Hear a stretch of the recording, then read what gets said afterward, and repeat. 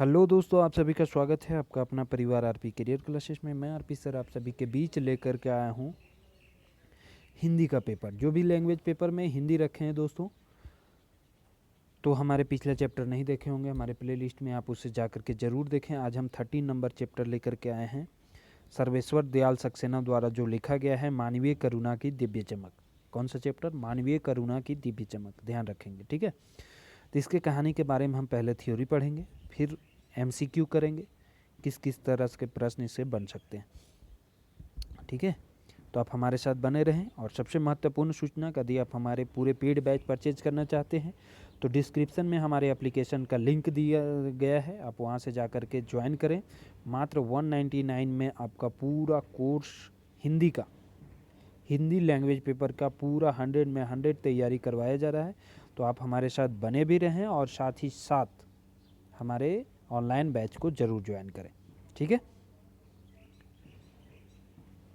हमारा contact number आपके screen पर हम दे देते हैं, 7870551944।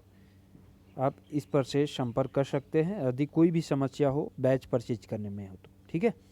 चलिए हम देखते हैं सर्वेश्वर दयाल सक्सेना के बारे में। जन्म 1927, जिला बस्ती उत्तर प्रदेश में हुआ। उनका उच्च शिक्षा इलाहाबाद विश्वविद्यालय से हुई।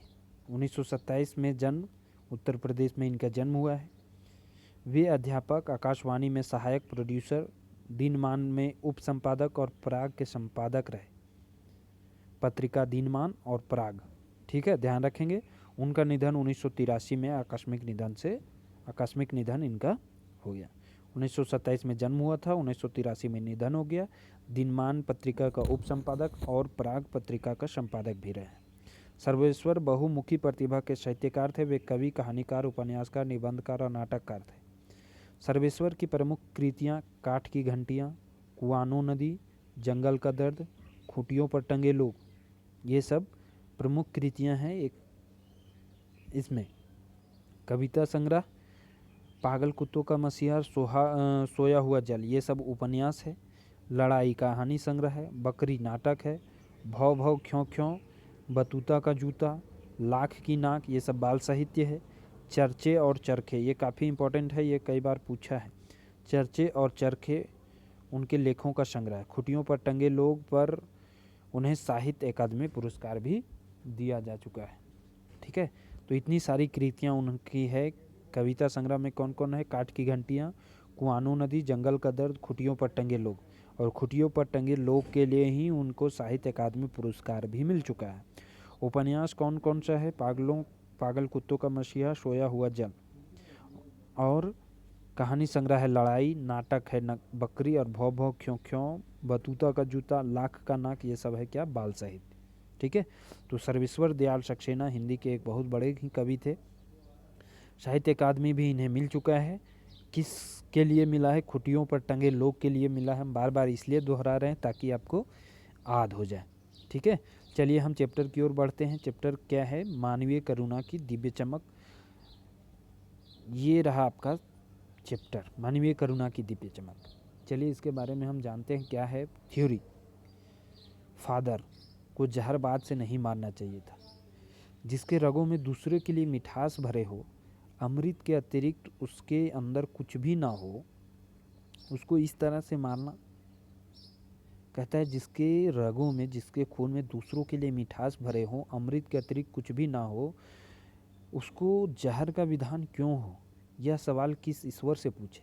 आखिर किस प्रभु से पूछे? किस भगवान से पूछे कि आखिर इसके लिए ये क्यों बनाया गया? प्रभु की आस्था ही जिसका अस्तित्व था, वह देह की इस आत्मा की परीक्षा उम्र की आखिरी देहरी पर क्यों दे? एक लंबी पादरी के सफ़ेद चोंगे से ढकी आकृति सामने है ना। एक लंबी पादरी से सफ़ेद चोंगे से ढकी आकृति सामने है। गोरा रंग, सफ़ेद झाई मारती भूरी दाढ़ी, नीली आँखें, बाहें खोल गले लगाने को आतुर। मतलब सभी से प्रेम करने वाले थे। उनका जो है रेखा चित्र यहाँ गोरा रंग था, सफ़ेद झाई मारती भूरी दाढ़ी थी, नीली नीली आँखें थी और हमेशा खुशमिजाज रहने वाले, दूसरों को भला करने वाले, दूसरों को गले लगाने वाले आदमी थे।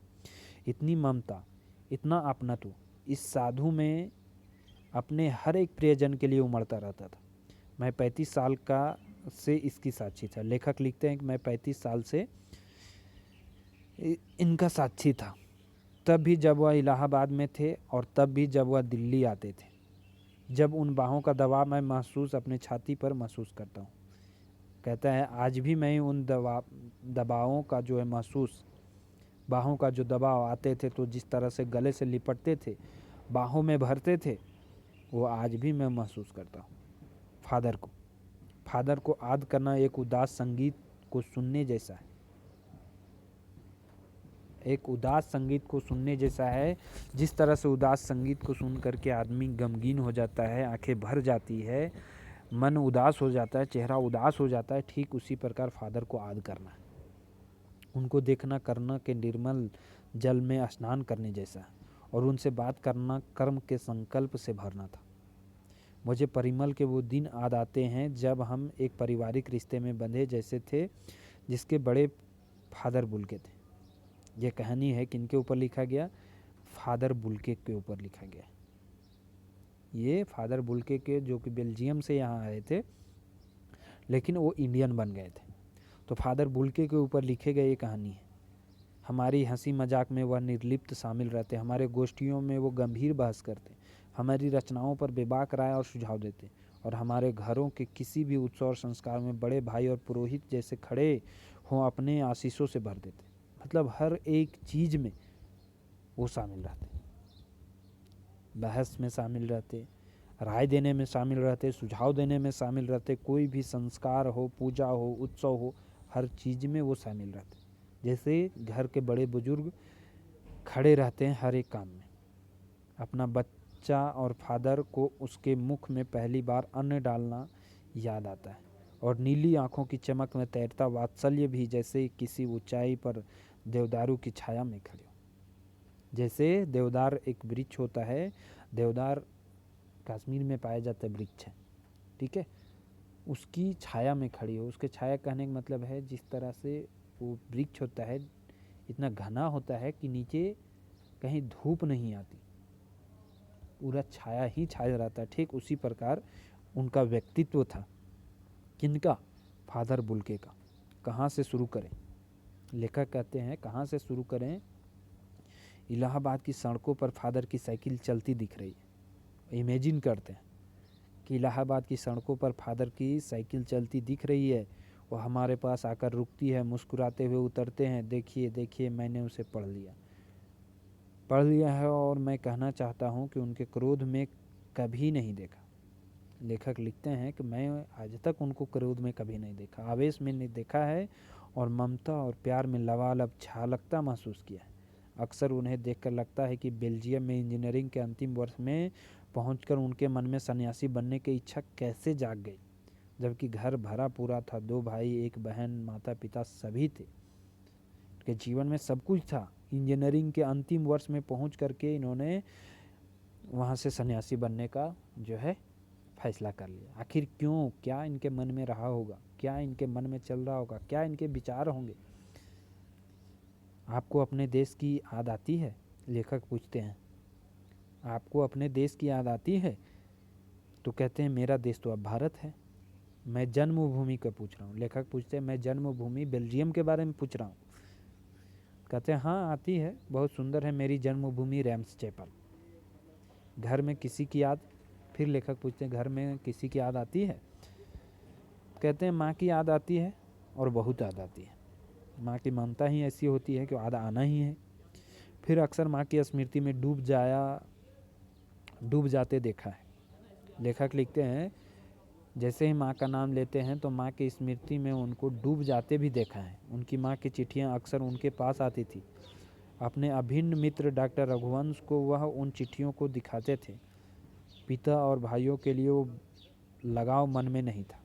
पिता व्यवसायी थे, एक भाई वहीं पादरी हो गया, एक भाई काम करता है, उसका परिवार है। 2 भाई थे जिसमें एक भाई वहीं पादरी बन गया, एक वो काम करता है। पिता माता सभी थे उनके घर में। पिता व्यवसायी थे। बहन सख्त और जिद्दी थी। एक बहन थी जो सख्त और जिद्दी थी। बहुत देर से उसने शादी की, बहुत लेट से उसने शादी की। फादर को एक आध बार उसकी शादी की चिंता व्यक्त करते उन दिनों देखा था। लेखक कहते हैं कि उन दिनों फादर को एक आध बार चिंता भी करते देखा था। किसके लिए? अपनी बहन के लिए, कि उसको किसी तरह शादी हो जाए। भारत में बस जाने के बाद 2 या 3 बार अपने परिवार से मिलने भारत से बेल्जियम गए थे। कहाँ के रहने वाले थे? बेल्जियम के रहने वाले थे। और भारत में जब नागरिकता मतलब भारत में रहने लगे तो 2 से 3 बार वो भारत से परिवार से मिलने गए थे। लेकिन मैं तो सन्यासी हूँ, कहते हैं, लेकिन मैं तो सन्यासी हूँ, आप सब छोड़कर क्यों चले आए? लेखक फिर पूछते हैं कि आखिर क्या बात है कि आप इतना सब कुछ था आपके घर में, किसी तरह की कमी नहीं, किसी तरह का दिक्कत नहीं, तो आखिर आप सब कुछ छोड़कर क्यों चले आए? कहते हैं प्रभु की इच्छा। वह बालकों की सी सरलता से मुस्कुरा कर कहते हैं, माँ ने बचपन में ही घोषित कर दिया था कि लड़का हाथ से गया। माँ ने बचपन में ही घोषित कर दिया था कि लड़का हाथ से गया। और सचमुच इंजीनियरिंग के अंतिम वर्ष की पढ़ाई छोड़कर फादर बोल के सन्यासी होने जब धर्म गुरु के पास गए और कहा कि मैं सन्यास लेना चाहता हूँ, तो एक शर्त रखी। धर्म गुरु के पास गए और बोले कि मैं सन्यास लेना चाहता हूँ, तो उन्होंने एक शर्त रखी। सन्यास लेते समय सन्यास चाहने वाला शर्त रख सकता है। ऐसा है कि सन्यास लेते समय जो सन्यास लेना चाहता है वो शर्त रख सकता है। उन्होंने क्या शर्त रखी? कि मैं भारत जाऊंगा, मैं भारत जाऊंगा। भारत जाने की बात क्यों उठी? लेखक फिर पूछते हैं कि आखिर और भी तो कहीं जा सकते हैं, भारत ही जाने की इच्छा मन में क्यों उठी?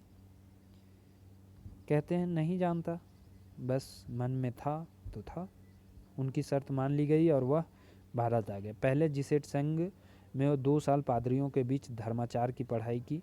फिर 9-10 वर्ष दार्जिलिंग में पढ़ते रहे। 9-10 वर्ष दार्जिलिंग कलकत्ता में वो पढ़ते रहे। कलकत्ता से बीए किया, फिर इलाहाबाद से एमए भी किया। उन दिनों डॉक्टर धीरेन्द्र वर्मा हिंदी विभाग के अध्यक्ष थे। शोध प्रबंध प्रयाग विश्वविद्यालय के हिंदी विभाग में रहकर 1950 में पूरा किया, है ना। शोध का कार्य जो है उन्होंने 1950 में प्रयाग विश्वविद्यालय से भी हिंदी विभाग में पूरा कर लिया। उत्पत्ति और विकास परिमल में उनके अध्याय पढ़े गए हैं। फादर ने मंत्र लिख के प्रसिद्ध नाटक ब्लू बर्ड का रूपांतरण भी किया, है ना। ब्लू बर्ड का हिंदी में रूपांतरण किया नीलपंछी के नाम से। ठीक है, क्वेश्चन ये पूछता है ब्लू बर्ड का रूपांतरण किसने किया था? ठीक है, तो फादर कामिल बुल्के ने। बाद में वह सेंट जेवियर्स कॉलेज रांची में हिंदी तथा संस्कृत विभाग के विभागाध्यक्ष हो गए और यहीं उन्होंने अपना प्रसिद्ध अंग्रेजी हिंदी कोर्स भी तैयार किया। रांची में उन्होंने सेंट जेवियर्स कॉलेज में हिंदी और संस्कृत दोनों विभाग के विभागाध्यक्ष भी रहे। और यहीं पर उन्होंने अंग्रेजी से हिंदी शब्दकोश भी तैयार किया और बाइबिल का अनुवाद भी उन्होंने हिंदी में किया। और वहीं बीमार पड़े, और रांची में ही वो बीमार पड़े। पटना आए, दिल्ली आए और चले गए 47 वर्ष देश में रहकर और 73 वर्ष की जिंदगी जीकर। 47 वर्ष देश में रहे इंडिया में और 73 वर्षों की आयु में वो दुनिया से चल बसे। कहते हैं फादर कामिल बुल्के संन्यास संकल्प से सन्यासी थे। कभी कभी लगता है वह मन से सन्यासी नहीं थे। रिश्ता बनाते थे तो तोड़ते नहीं थे। 10 साल बाद मिलने के बाद भी उनकी गंध महसूस होती थी कि वाह क्या आदमी है। जब भी वह दिल्ली आते मिलते जरूर थे, खोज करके, समय निकाल करके, गर्मी हो, सर्दी हो, बरसात हो, झेल करके मिलते, चाहे 2 मिनट के लिए ही सही। लेखक कहते हैं कि जब भी वो दिल्ली आते थे मिलते जरूर थे, चाहे जैसी भी परिस्थिति हो, ठंड हो, गर्मी हो, बरसात हो, जैसे भी हो। यह कौन सन्यासी करता है? उसकी चिंता हिंदी की राष्ट्रभाषा के रूप में देखने की थी। उनकी चिंता थी हिंदी को राष्ट्रभाषा के रूप में होना चाहिए। हर मंच से इनकी तकलीफ बयां करते, इसके लिए अकाट्य तर्क देते। हर मंच से उन्होंने ये तकलीफ़ बयां करे कि हिंदी राष्ट्रभाषा होनी चाहिए। किसी से भी वो अपना तर्क रखते थे, बस इसी एक सवाल पर उन्हें उलझते देखा है और हिंदी वालों द्वारा हिंदी की उपेक्षा पर दुख करते उन्होंने पाया है ना। उन्हें दुख इस बात की होती थी कि हिंदी वाले होते हुए भी हिंदी को उपेक्षा करते हैं, छोटा मानते हैं। इस बात को लेकर को काफ़ी दुखी रहते थे। आज भी होता है, आप हिंदी प्रदेश से हैं लेकिन हिंदी बोलने में कहीं कहीं आपको शर्म आती है कि लोग क्या बोलेंगे। अरे लोग कुछ नहीं बोलेंगे, आपका मातृभाषा है। घर परिवार के बारे में, निजी दुख तकलीफ के बारे में पूछना उनका स्वभाव था और बड़े से बड़े दुखों में उनके मुख से संतावना के जादू भरे 2 शब्द सुनना एक ऐसी रोशनी भर देता था जो किसी गहरी तपस्या में जन्मती है। उनका शब्द मानो जादू था। हर मौत दिखाती है जीवन की नई राह। मुझे अपनी पत्नी और पुत्र की मृत्यु याद आ रही है और फादर के शब्दों से झरती विरल शांति भी। लेखक कहते हैं मुझे अपनी पुत्र और पत्नी की मृत्यु भी याद आ रही है और फादर के शब्दों से झरती विरल शांति। किस तरह से उन्होंने संतावना दिए थे और किस तरह से उन्होंने हमारे हृदय को शांत किया। आज वह नहीं है। लेखक कहते हैं आज वह नहीं है, चल बसे। दिल्ली में बीमार रहे और पता नहीं चला। बाहें खोलकर इस बार उन्होंने गले नहीं लगाया। जब देखा तो वे बाहें दोनों हाथों की सूजी उंगलियां उलझाए ताबूत में जिस्म पर पड़ी थी। इस बार गले नहीं लगाए, मिले नहीं। देखा तो उनकी उंगलियां सूजी हुई थी, ताबूत में जिस्म पड़ा हुआ था, बाल उलझे हुए थे। जो शांति बरसाती थी वह चेहरे पर स्थिर थी, तरलता जम गई थी। वह 18 अगस्त 1982 की सुबह 10 बजे का समय था। 1982 की सुबह 10 बजे का समय था। दिल्ली में कश्मीरी गेट के निकलसन कब्रगाह में उनका ताबूत एक छोटी सी नीली गाड़ी में से उतारा गया। कब्रगाह से उनका ताबूत जो है छोटी सी एक नीली गाड़ी से उतारा गया। कुछ पादरी रघुवंश जी के बेटा और उनके परिजन राजेश्वर सिंह उसे उतार रहे थे। फिर उसे उठाकर एक लंबी सकरी उदास पेड़ों की घनी छांव वाली सड़क से कब्रगाह के आखिरी छोर तक ले जाया गया, जहां धरती की गोद में सुलाने के लिए कब्र अवाक मुंह खोले लेटी थी। जहां पर कब्रगाह बनी थी और वो मानो कि ऐसा हो कि इंतजार कर रही थी। ऊपर करील की घनी छाह थी और चारों ओर कब्रें और तेज धूप के वृत्त। जैनेन्द्र कुमार, विजेंद्र, स्नातक अजीत कुमार, डॉक्टर निर्मल जैन और मसीही समुदाय के लोग, पादरीगण उनके बीच में गौरिक वसन पहने।